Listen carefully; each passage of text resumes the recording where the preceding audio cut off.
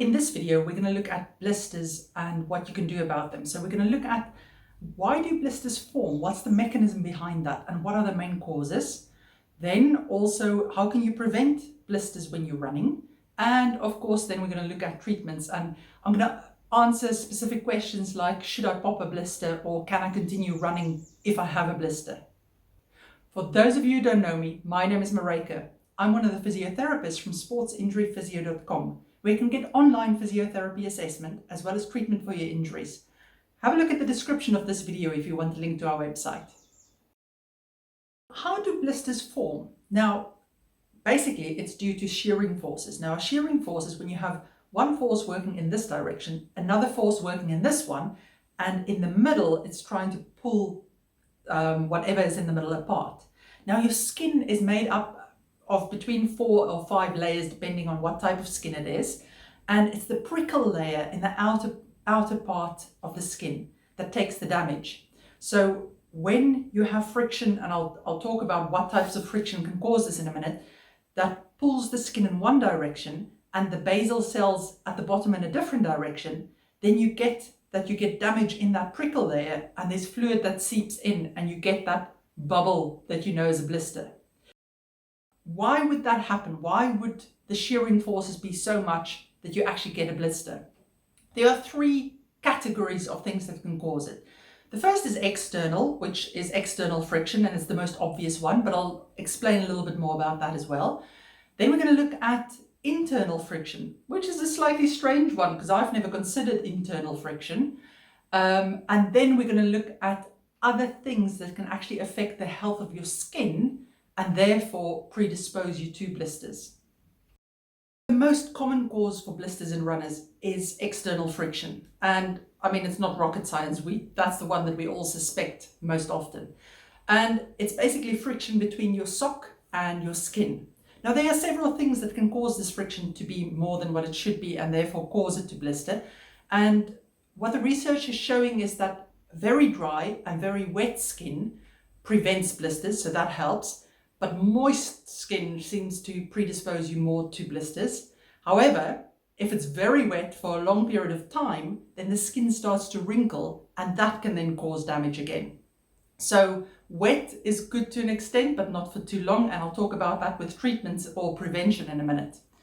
Then if we think of other things that can cause it is if you have pressure areas. So things like toenails can be an issue if you don't gut them properly, or calluses, or shoes that don't fit properly that presses into certain bits.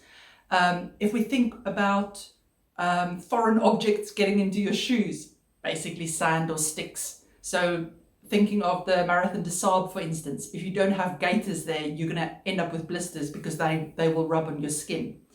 What am I leaving out here? Yes, so that's the main reason why people get blisters when they run. Now, the second thing that can cause blisters is internal friction. So it's normal for your bones to move in your foot as you run and as you walk. But sometimes, if you're not used to the amount of walking or the intensity of the running that you're doing, there can be excessive movement in the bones, and they can actually cause friction from inside out and cause blisters. So things, well, I've already mentioned that if the volume is suddenly too much and you don't have the strength for it, your running form is going to be poor. That can cause increased internal friction. Also, depending on the terrain. So if we think of inclines and super hilly and you've got to push off hard, that's going to increase it as well. What's the other one now? Oh yes, towards the end of an exhaustive run. So if you're doing a run that's much harder than what you used to, or really hard, towards the end of that, because you're losing running form again, you can get increased internal friction then.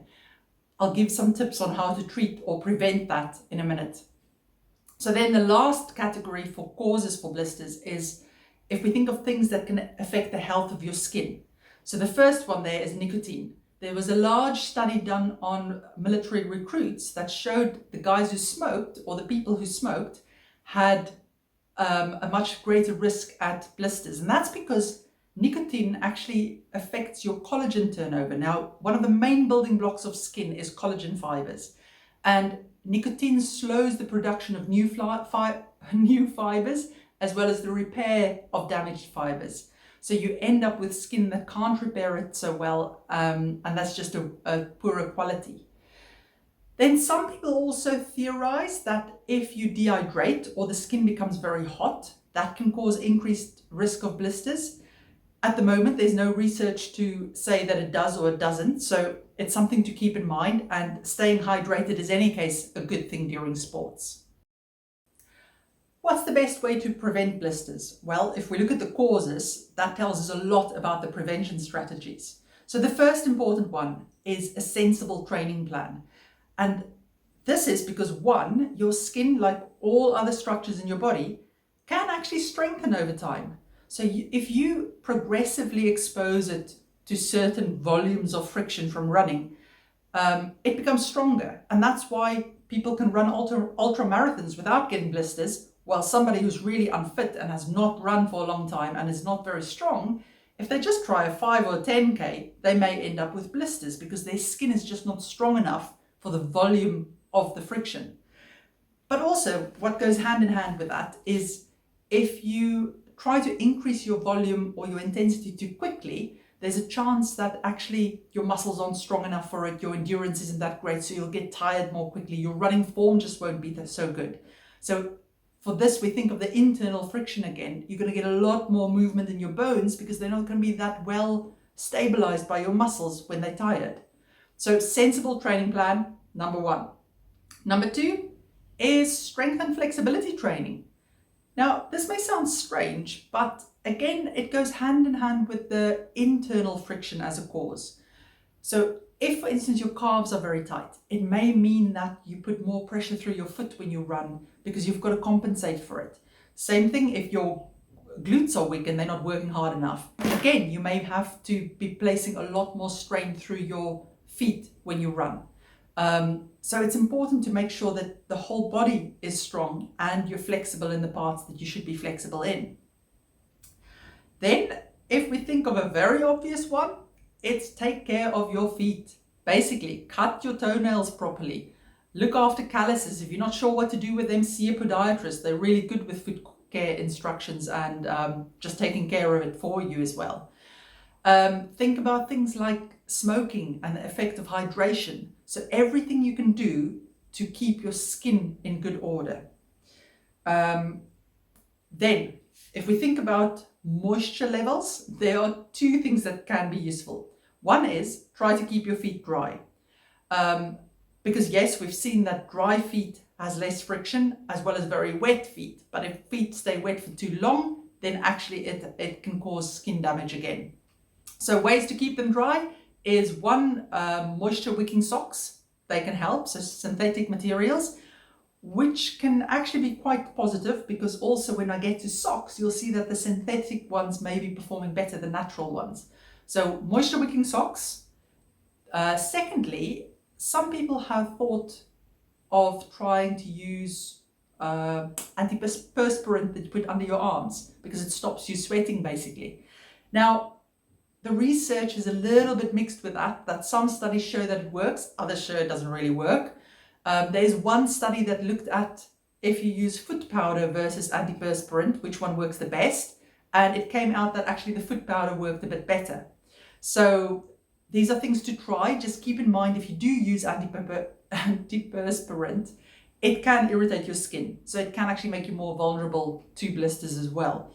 So it's something to try, but I wouldn't try it on a long run or in a race if you haven't experimented with it before. But possibly the first line of action is get proper socks. Now, actually, sometimes the opposite can be useful, that you want to lubricate certain parts of your foot. So if you've got a certain area in your foot that always takes the strain, you may want to put lubrication over that area to prevent it from that much friction. Now, the research into that shows that, yeah, it does work, and they've looked at different substances to put on it, and they found that good old Vaseline works the best. So you don't even have to spend a lot of money on it. But what they did show was that although Vaseline works the best, if you have the lubrication on your skin for more than an hour while you're exercising, then actually it gets turned around because then your skin becomes too moist and you're actually then more inclined to blisters in that area again. So it can be a solution for short term, but not for long term. You may need a different solution for that. Good. Then if we think of socks, there are lots of different things you can look at when we look at socks.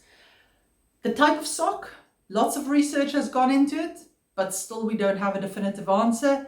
At the moment, it looks as if synthetic fibers are better than natural fibers. By the way, if you want the research studies about this, you can look in the description of this video. I've also put some useful links in there in case you don't know what products I'm talking about. It goes to Amazon. I've just put things that I could find on Amazon on there because that's where I shop. Okay, so synthetic fibers rather than natural, and possibly slightly thicker socks seems to be better. But then in some studies with military recruits, they found if they wore 2 pairs of socks on top of each other, the socks take the friction rather than the skin in the sock. But when you do that, you want a thin synthetic sock underneath a thicker one so that it really fits like a glove on your foot. And I'll put a link down in the description to show you of how an example of one.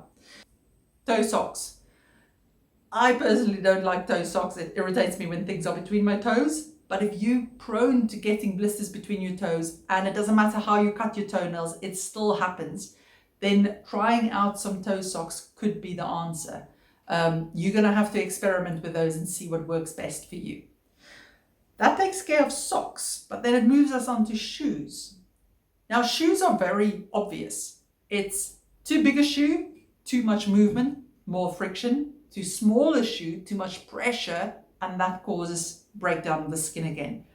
So if you've got your shoes on and they don't feel 100% right, it feels as if your foot is moving too much in it or it feels too tight, don't run in them. Get different shoes because they're not properly fitting them.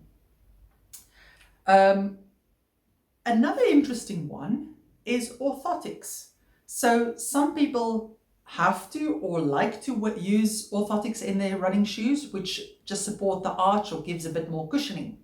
Now, actually there's research going back all the way to 1968 that already showed that orthotics made of a certain type of material can help prevent blisters because it absorbs a lot of the shearing forces that it goes into the orthotic rather than actually into the person's foot.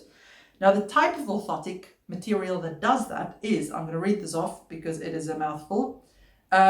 It's closed cell neoprene rather than open cell neoprene.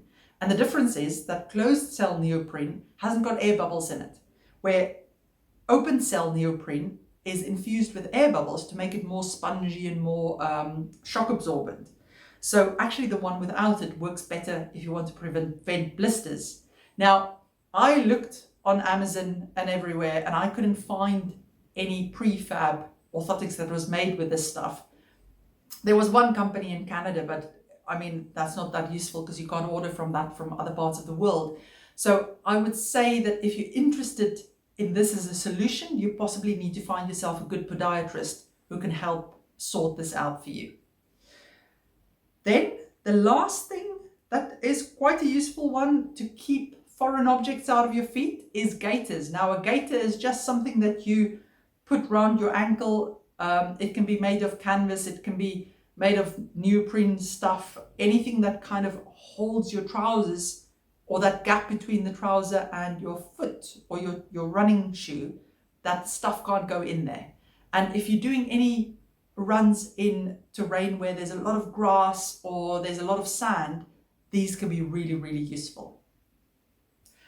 I nearly forgot one of my favorite prevention strategies, which is you can cover the problem areas with tape. Because quite often, if you get blisters, it's usually always in the same area. Now, my favorite tape to use for this, which is not really tape, but it's a plaster, is Compeed. So Compeed's a hydrocolloid plaster, which it's a bit weird. When you touch it, it feels a bit like skin and it's quite thick. But it's brilliant at absorbing friction and protecting skin. So I've put a link to that as well in the description of this video because they're really, really useful plasters and they really stick and they stay on even if you get really wet. It still protects the area. How do we treat blisters? Now, the biggest argument with regards to treatment of blisters is, do we pop it or don't we pop it? Well, it's a little bit of sometimes you do, sometimes you don't. Let me explain. So if you can, you want to try and keep the blister intact, that it doesn't pop. And the reason for this is, while it's intact and you've got that dome over it, you can't get infections going into it. As soon as you pop it, there's an opening and now it can become infected. So it'll heal much better if you can keep it intact. So if you're not going to pop it, you want to keep it intact, what you can do to protect it is cover it with a hydrocolloid plaster, which there are different brands. My favorite one is Compete. There's also Plastoban. What's the other one? I forget the name now. Anyways, I'll think of it in a minute. I'll put all 3 types in the description of the video for you.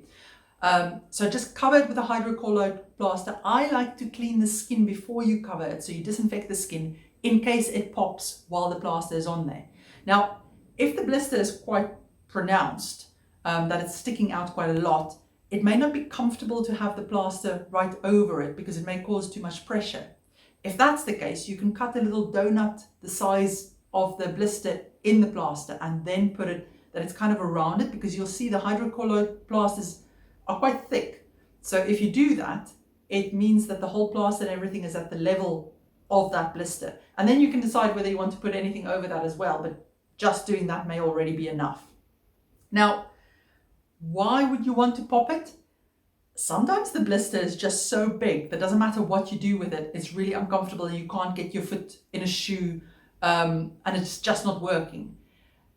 If you're going to pop it, then there are a few things you need to do. First of all, disinfect the skin. So make sure that it's clean skin before you start. Disinfect a needle so that that needle is sterile, okay?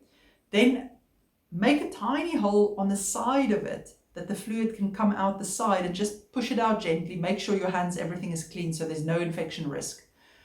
Then once it's drained, I would recommend that you again cover it with a hydrocolloid plaster, because the pressure of the plaster will also stop it from filling back up again.